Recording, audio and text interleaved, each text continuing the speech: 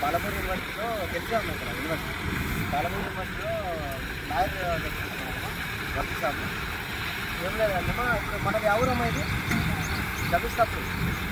జమిసాపూర్ గ్రామస్తులు ఎవరికి ఈ వరి క్రాప్ పండిస్తున్నారు. ఎన్ని నెలలు అయిందమ్మా ఇది? 4 నెలలు అయింది. కాదు 4 నెలలు వస్తుంది.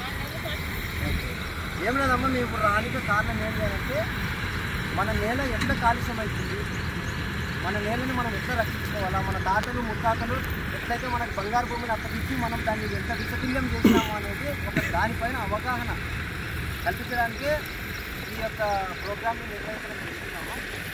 ఒక బాధ్యత కలిగిన వ్యక్తులుగా తమ ముందుకు వచ్చి వివరించడం జరుగుతుంది.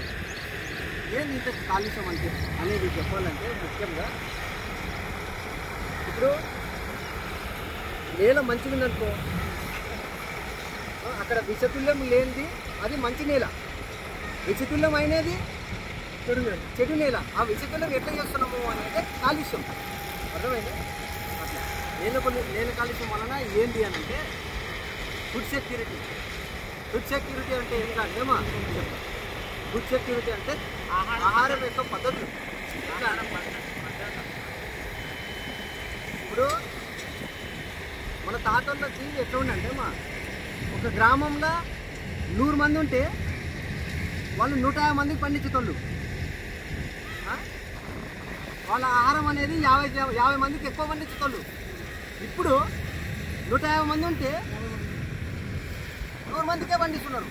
మిగతా 50 మంది ఆహారం ఎక్కడి నుంచి తీసుకొస్తున్నాము? బయట నుంచి తీసుకొస్తున్నాము. అంటే దానివల్ల మనకి ఎంత బార్డెన్ అవుతుంది. బార్డెన్ అంటే భారం. ఆ 50 మందికి ఊర్లో ఉన్న వాళ్ళని అయితే వెళ్ళలేం కదా బయటికి, వాళ్ళకు తీసుకురావాలి కదా. మళ్ళీ ఎందుకు ఆ 50 మందికి ఎక్స్ట్రా పండించలేకపోతున్నారు అని అంటే నేల అనేది కాలుష్యం అయిపోయింది, సారవంతమైన నేల లేదు ఇప్పుడు. అందుకోసమనే ఈ నేలని మనం కాపాడుకున్నాము. అక్కడ ఆహార భద్రత అనేది లేదు కదా మనకి. ఆ 150 మందికి పండించేటోళ్ళు 100 మందికి వచ్చినారు. అర్థమైందా?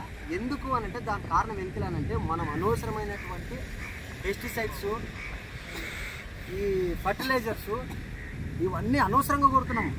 కొద్దిగా మంది అనిపించినా కానీ ఇమీడియట్గా దానికి పెస్టిసైడ్స్ కొట్టేస్తున్నాం. అట్లా ఉండొద్దు. మనం దాని మీద కూడా చెప్తాం ఒకటి. దాని తర్వాత మానవ ఆరోగ్యం, హ్యూమన్ హెల్త్ ఎట్లా ఖరాబ్ అవుతుంది అని అంటే, అవా నీ కాలంలో నీకు ఎన్నేళ్ళు ఉంటాయి? ఇప్పుడు 80 ఏళ్ళు ఉంటాయి, పైన ఉంటాయి. నువ్వు అయినా మంచి ఆరోగ్యంగా ఉన్నావు నువ్వు. అప్పుడు తిండి ఎట్లుంది? ఈ కలుషితం లేని ఆహారం అది. మీరు అసలుకి మందులు అంటే మీకు అప్పుడు తెలియదు, మీకు పెద్దల కాలం అప్పుడు. ఇప్పుడు మనం ఏమవుతుంది అని అంటే ఇట్లాంటి మందులు కలిపినటువంటి ఫుడ్ని తినడం వలన నేల కాలుష్యం జరిగి, ఆ నేల కాలుష్యం జరిగినటువంటి పంటని మనం తింటున్నాము, పంచుతున్నాము. దానివల్ల ఏమవుతుందంటే అనవసరమైన ఆరోగ్యాలు, కొత్త రోగాలు, క్యాన్సర్స్, నరాల బలహీనత, ఈ బ్రెయిన్ సరిగ్గా పనిచేయలేకపోవడము, మానసిక రుగ్మతలు, శారీరక రుగ్మతలు, ఇవన్నీ కారణమవుతుందన్నమాట. ఏంటి అని అంటే నేల కాలుష్యం. ఆ నేల కాలుష్యం చేయడం వలన మనం ఆ పంట వచ్చేది ఏదైతే ఉందో దాన్ని మనం తీసుకుంటున్నాం. ఎట్లా జరుగుతుంది? ఆ పెస్టిసైడ్స్ అనేటివి పెట్టరాదు. పెస్టిసైడ్స్ కొట్టడం అనేది ఏంటి అని అంటే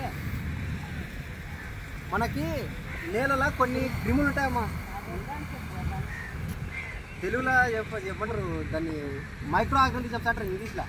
వాళ్ళు ఏమవుతుందంటే పురుగులు, క్రిములు, కీటకాలు, మన వానపాములు ఉండే ఇప్పుడు యాన నుంచి లేవు. అవి ఎట్లా చంపేసినారు? మళ్ళా మందులు కొట్టి భూమికి సహజమైనటువంటి ఒక గుణం ఏముంటుంది అని అంటే అదంతకదే మళ్ళీ రీసైకిల్ చేసుకునే, మళ్ళీ పునరుద్ధరించుకునే శక్తి ఉంటుంది. ఎట్లా అని అంటే ఈ నేచర్ అనేది వాటికి ఈ క్రిములు, కీటకాలు ఇవన్నీ ఏవైతే ఉంటావో మళ్ళీ న్యూట్రిషన్ లెవెల్ని మళ్ళీ రీసైకిల్ చేసుకునే గుణం అందిస్తుంది అవి భూమికి. దాన్ని మనం ఏం చేస్తున్నాము అని అంటే ఆ క్రిములు, కీటకాలని చంపేస్తున్నాం మందులు కొట్టి ఇట్లా కాల్చి.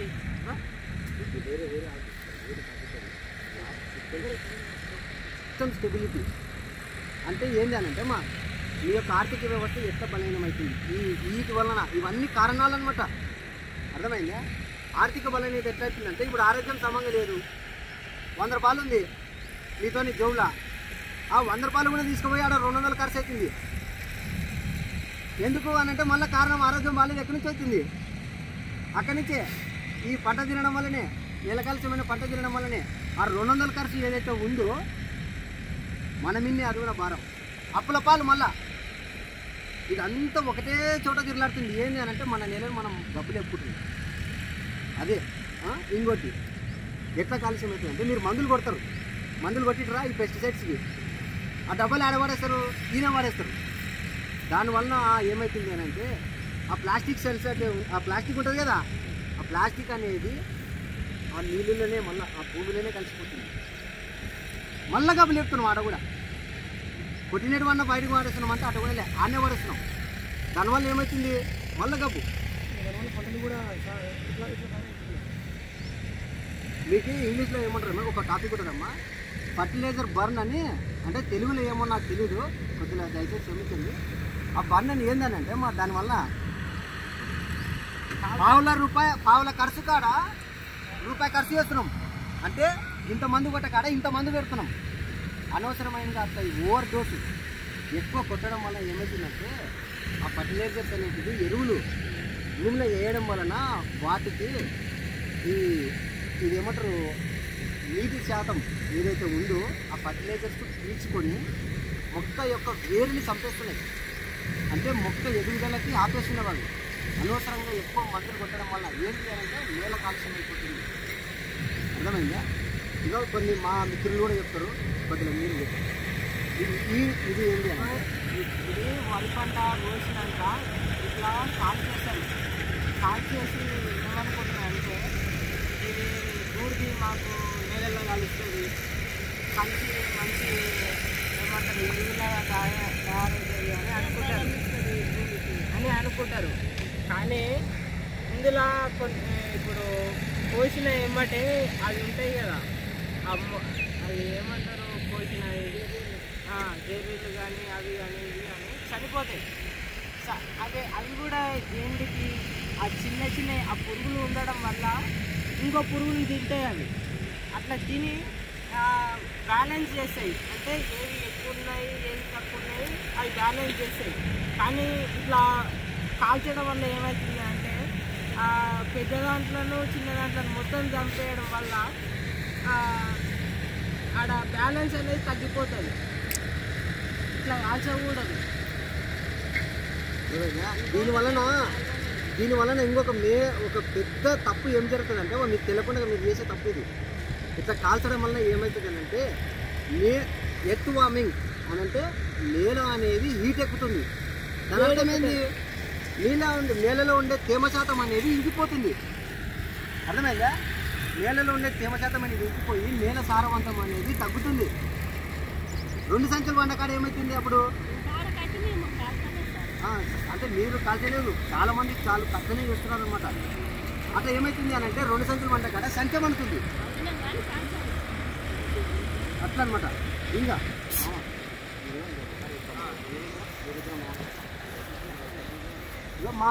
మా సీనియర్ అన్న కూడా ఒక మాట చెప్తాడు, చూడండి. ఇప్పుడు చెప్తాం మీకు, మనకు డబ్బులు ఉన్నాయి, ప్లాస్టిక్ డబ్బులు ఉన్నాయి కదా, నీళ్ళు వాటర్ బాటిల్ అన్నీ ఉన్నాయి కదా. దీని వల్ల మనం మన పొలంలో వేసుకుంటాం, అది ఏం కాదు అనుకుంటాం. కానీ అది లోపలికి వెళ్ళిన తర్వాత మనకి ఎంత మనకు నాశనం చేస్తుంది భూమిని, సారవంతంగా ఉండదు. ఒకప్పుడు ప్లాస్టిక్ డబ్బులు లేకుండే, అప్పుడు ఏడుండేవా? అప్పుడు మనకు పొలాల్లో ఇప్పుడు మనం వరి పంట వేస్తుంటుంది, 6 నెలలు అయిపోతుంది కంప్లీట్. 6 నెలలు అయిపోయినాక వెంబడే వేరే పొలం మనం వేరే పంట వేస్తుంటుంది. ఏం వేస్తుంటుంది? వరి వెంబడే వరి వేస్తే పంట మంచిగా వస్తుంది. చేతికి వస్తుందా? రాదు కదా. వరి వేసిన వెంబడే పల్లీలు వేస్తుంటుంది, పల్లీలు వేసినప్పుడు ఒకసారి జొన్నలు వేస్తుంటుంది. ఎందుకు అంటే చేంజ్ అవుతుంది భూమి, దానివల్ల సారవంతంగా ఉంటుంది. ఇప్పుడు మనం ఏం చేస్తున్నాం? ఒకటే వరి వేస్తున్నాం, మళ్ళీ కోస్తున్నాం, మళ్ళీ వరి వేస్తున్నాం. మళ్ళీ ఏమన్నా కొంచెం పచ్చగానే అప్పుడు ఏమంటుండే కానీ యూరియా వేస్తుంటుంది, అడుగు మంది వేస్తుంటుంది. అడుగు మంది వేస్తే సూపర్ వస్తుంది అది. ఇప్పుడు ఏంటి? చిన్న పురుగు పట్టి అంటారు, కొట్టేస్తున్నాడు. ఇప్పుడు అన్ని చూడు ఒకసారి, ఇటు చూడుగా మొత్తం అక్కడ భూమి మొత్తం మనకి ఏమంటారు పొల్యూషన్ అయిపోయింది. ఎందుకు పంటలు ఇట్లా ఖరాబ్ అవుతున్నాయి? ఒకదాని మంచిగా వస్తుంది, ఒకదాని ఖరాబ్ అయింది. ఎందుకు తెలుసా? మీరు వాడే మందుల వల్లనే, ఈ ప్లాస్టిక్ వల్ల. ఈ ప్లాస్టిక్ మనం ఎట్లా వాడాలి? మనమేమో అక్కడ నాకేం అనుకుంటాం మనము. ఇట్లా కాదు, ప్రతి ఒక్కరూ మనం బాధ్యత తీసుకోవాలి.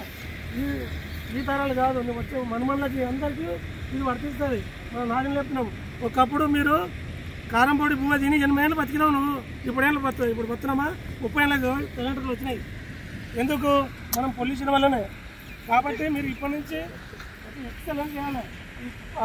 ప్లాస్టిక్ పైన కానీ ఈ మందుల పైన కానీ అవగాహన తెచ్చుకోవాలి. మన కొడుకులకు చెప్పాలి, మనమలకు చెప్పాలి. అమెరికా పోయి అక్కడైనా కాదు, మన భూమి కూడా చెప్పాలి. మన భూమి తక్కువ ఉంటుంది, భూమి పెరిగినా భూమి ఎరగదు. ఎక్కడ భూమి 20% 70% నీళ్ళు ఉన్నాయి. మనం కాపాడుకోవాలి భూమిని. భూమి మంచిగా ఎరుగుతాడు, భూమి ఎరగదు.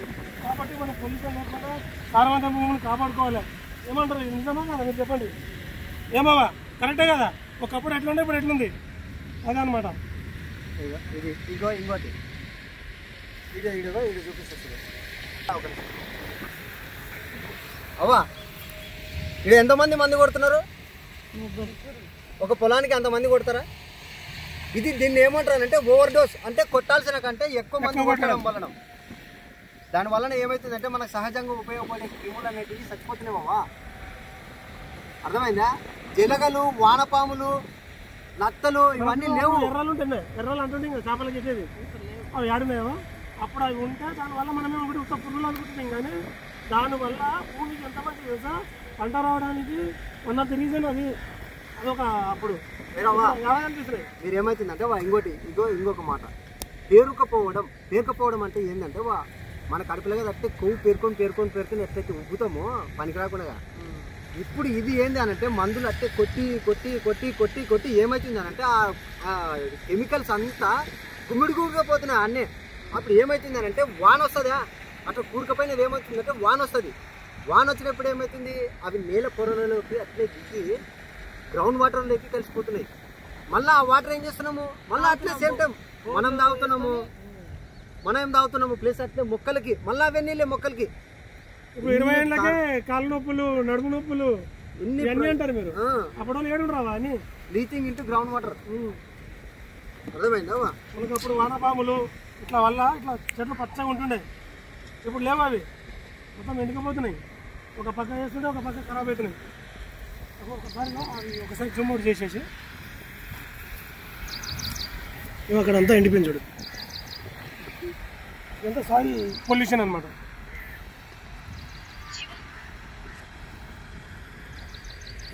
అవా ఫైనల్గా ఏం చెప్తామంటే మన ఇంట్లో మనం ఒక 6 మంది ఉన్నాము అని అంటే మన ఫ్యామిలీ అది.